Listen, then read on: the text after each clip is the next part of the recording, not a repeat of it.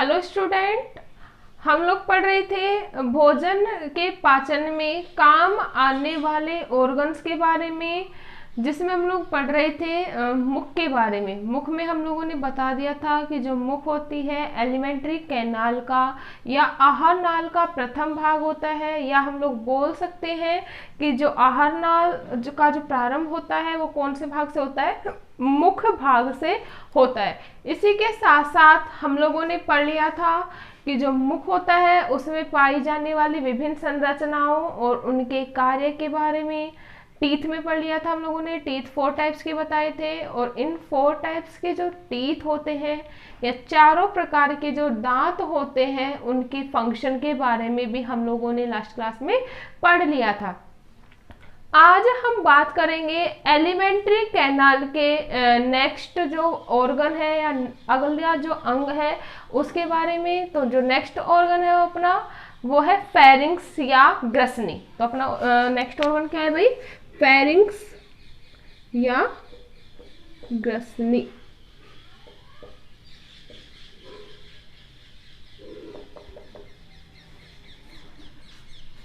Pharynx या ग्रसनी क्या होती है इसके बारे में हम लोग फर्स्टली जान लेते हैं। जो ग्रसनी होती है वो एक फ्लास्क शेप्ड स्ट्रक्चर होती है। किस शेप की संरचना होती है, फ्लास्क के आकार की संरचना होती है। मुख हुआ, जीभ, और या हम लोग बोल सकते हैं मुख का जो अंतिम भाग होता है वो जुड़ा हुआ होता है, किससे, ग्रसनी भाग के द्वारा जुड़ा हुआ होता है। ठीक है, it is a flask. We all know that student. जो फ्लास्क की जो शेप होती है वो इस प्रकार से होती है। ठीक है, तो ये जो संरचना होती है वो किस शेप की संरचना होती है भाई, फ्लास्क के आकार की संरचना होती है। जो फेरिंग्स होता है इसका मेन फंक्शन क्या है, तो अगर हम इसके मेन फंक्शन की बात करें, इसमें कोई भी पाचक ग्रंथियां नहीं पाई जाती है। ठीक है, इसलिए यहाँ पे भोजन का पाचन नहीं होता। तो फंक्शन क्या होगा, इसका जो मेन फंक्शन होता है वो यह होता है कि यह भोजन को वायु मार्ग में, जब हम भोजन कर रहे होते हैं तो जब भोजन को निगलते हैं उस टाइम भोजन नली में वायु को आने से रोकती है। इसी के साथ साथ जो वायु नली होती है उसमें भोजन को जाने से रोकने का जो कार्य किया जाता है वो किसके द्वारा किया जाता है, ग्रसनी भाग के द्वारा। क्लियर है, तो हम बोल सकते हैं अवरोधनी का कार्य करेगी। अगर हम लोग भोजन नली में अगर वायु प्रवेश कर जाती है उस दौरान में बहुत अधिक प्रॉब्लम हो सकती है।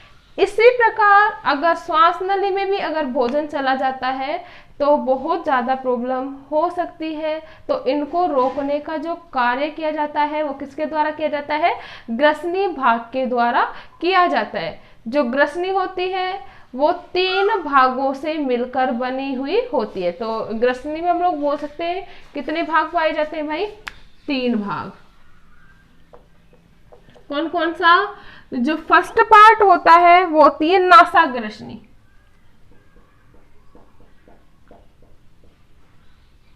नेसोफेरिंग्स। सेकंड जो होता है वो होता है मुख ग्रसनी।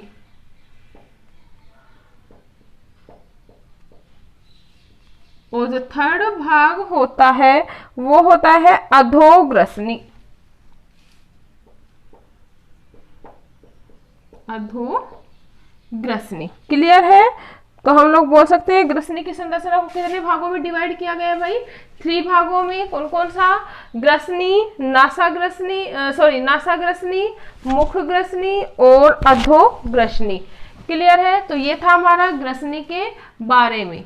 अब हम नेक्स्ट स्ट्रक्चर पढ़ेंगे वो है ग्रासनाल या ओसोफेगस।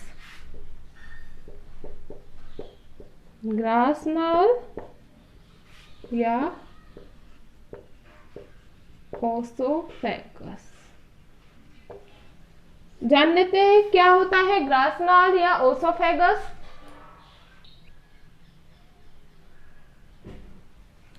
जो ग्रासनाल होती है वो ट्यूब लाइक संरचना होती है। कैसी संरचना होती है भाई, ट्यूब लाइक स्ट्रक्चर होती है या नलिका रूपी संरचना होती है।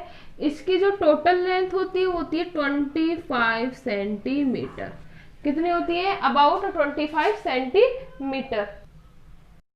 ग्रसनी का जो पिछला हिस्सा होता है या जो लास्ट एंड होता है वो जुड़ा हुआ होता है किससे? ग्रासनाल के द्वारा। क्लियर है? तो ग्रसनी जुड़ी हुई होती है। ग्रसनी का जो लास्ट हिस्सा होगा कौन सा है? अधोग्रसनी, वो जुड़ी हुई होती है किसके द्वारा? ग्रासनाल के द्वारा जुड़ा हुआ होता है। और यह जो ग्रासनाल होता है इसके जो मेन फंक्शन होता है वो होता है भोजन को आमाशय तक पहुंचाना। तो मुख्य कार्य क्या होता है? भोजन को आमाशय तक पहुंचाने का जो कार्य करती है वो कौन करती है? ग्रासनाल।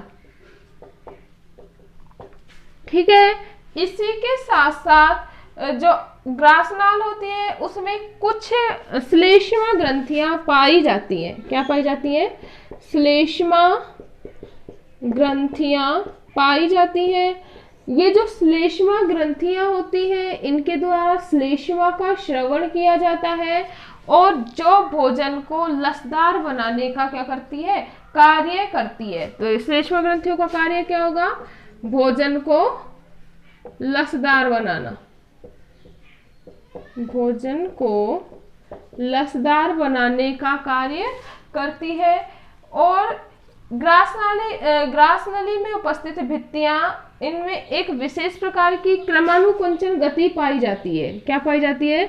इन भित्तियों के अंदर एक विशेष प्रकार की क्रमानुकुंचन गति पाई जाती है जिसके द्वारा जो भोजन होता है वो आसानी से आमाशय तक पहुंचाया जा सकता है। ठीक है। कौन सी गति पाई जाती है इनमें? क्रमानुकुंचन गति पाई जाती है जिसके द्वारा भोजन को आसानी से क्या किया जा सके? ट्रांसफर किया जा सकता है। कहाँ तक? आमाशय तक ट्रांसफर किया जा सकता है। इसी के साथ साथ जो ग्रास नली होती है उसमें एक हुक लाइक स्ट्रक्चर पाई जाती है। ग्रास नली में क्या पाई जा रही है? हुक के समान संरचना। अब हम लोग जान लेते हैं इस हुक के समान संरचना का क्या कार्य होता है। तो जो हुक के समान संरचना होती है इसका मुख्य कार्य होता है भोजन को श्वास नली में जाने से रोकने का। जब हम लोग भोजन कर रहे होते हैं उस टाइम जो श्वास नली का जो कैप के समान संरचना होती है वो बंद हो जाती है और भोजन वायु मार्ग में नहीं पहुंच पाता। क्लियर है? सबसे इंपॉर्टेंट बात क्या है कि इसमें क्या पाई जाती है?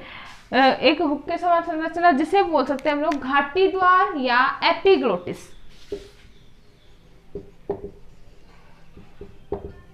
या घाटी ढक्कन या घाटी द्वार। ठीक है। इस एपिग्लोटिस का फंक्शन क्या है कि भोजन को श्वास नली में जाने से रोकना। क्या करे, कैसे करेगा ये काम? ये कार्य करता है जिस टाइम भोजन को हम लोग निगल रहे होते हैं उस टाइम ये श्वास नली के श्वास नली का जो वॉल्व होता है उसके ऊपर आके बंद हो जाता है जिससे भोजन आसानी से भोजन नली के द्वारा ही क्या करेगा? ट्रांसफर हो जाता है। क्लियर है? और इसी के साथ साथ जैसे ही भोजन निगल लेते हैं वापस से ये ऊपर की साइड में हो जाता है जिससे वायु मार्ग वापस से क्या हो जाता है? ओपन हो जाता है। तो ये फंक्शन किसका है? घाटी ढक्कन का, जो किसमें पाया जाता है? ग्रास नाल में। इतना क्लियर है? तो ये था हमारे ओसोफेगस के बारे में। नेक्स्ट जो हमारा ऑर्गन है वो है स्टोमक या आमाशय।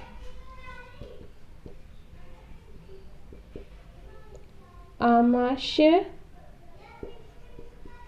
या स्टोमक। ग्रासनाल का जो अंतिम छोर होता है वो जुड़ा हुआ होता है किसके द्वारा? आमाशय के द्वारा। हम लोगों ने बता दिया था ग्रासनाल भोजन को आमाशय तक पहुंचाने का क्या करती है?